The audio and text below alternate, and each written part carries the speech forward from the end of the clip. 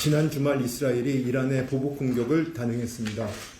정부는 각별한 경각심을 가지고 범부처 비상대응 체계를 통해 모든 가능성에 대비하겠습니다.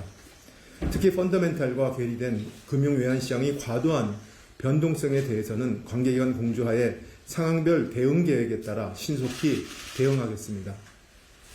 지난 3분기 GDP는 내수의 반등에도 불구하고 건설 부진과 수출 조정으로 성장 강도가 예상에 미치지 못했습니다. 그간 어려웠던 내수의 경우 설비 투자와 소비를 중심으로 반등했지만 건설 투자는 수주 감소가 시차를 두고 반영되며 당분간 어려움이 전망됩니다.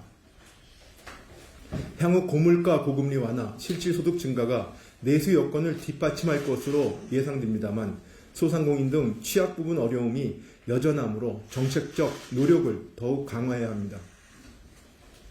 수출은 6분기 연속 증가에 따른 기저효과와 자동차 생산 차질 등 일시적 요인의 영향으로 조정되었습니다. 향후 일시적 요인은 해소되겠습니다만 미국 대선, 주요국 경기, 중동 사태, 주력 산업 업황 등 대외 불확실성이 상존하므로 철저히 대비해야 합니다. 경제팀은 3분기 GDP에서 나타난 경기 관련 불확실성에 각별히 유의하면서 대내 여건과 부분별 동향을 면밀히 점검해 적극 대응해 나가겠습니다. 우선 수출이 앞으로도 우리 경제의 지속 성장을 견인할 수 있도록 적극 지원하겠습니다. 최근 글로벌 경쟁 구도와 시장 수요의 전환기에 직면한 반도체 산업이 근본적 경쟁력 제고에 힘쓰겠습니다. 반도체 산단 조정과 용수 지원, 저리 대출 프로그램 등 26조 원 지원 패키지를 차질 없이 추진하는 한편 송전 인프라 구축, 반도체 전문 인력 양성 등 추가 지원 방안도 마련하겠습니다. 글로벌 공급 과잉으로 어려움이 큰 석유화학과 전기차, 캐즘에 영향받고 있는 2차 전지 등 주력 품목의 경쟁력 강화 방안도 마련하겠습니다.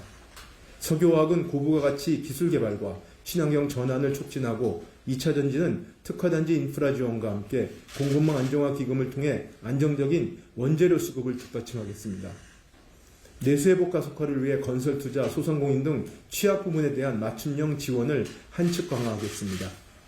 건설 투자 활성화를 위해 공공부문이 적극적인 역할을 하겠습니다. 하반기 공공기관 8조 원 추가 투자와 SOC 재정사업 집행에 만전을 기하고 공공공사비 현실화 방안을 연내 확장하겠습니다. 영세 소상공인 등 취약계층에 대한 추가적인 맞춤형 지원 방안도 신속히 마련하겠습니다. 이러한 대응과 관련해 산업계, 건설업계, 자영업자 등 다양한 이해관계자와 함께 국회와도 적극 소통해 나가겠습니다.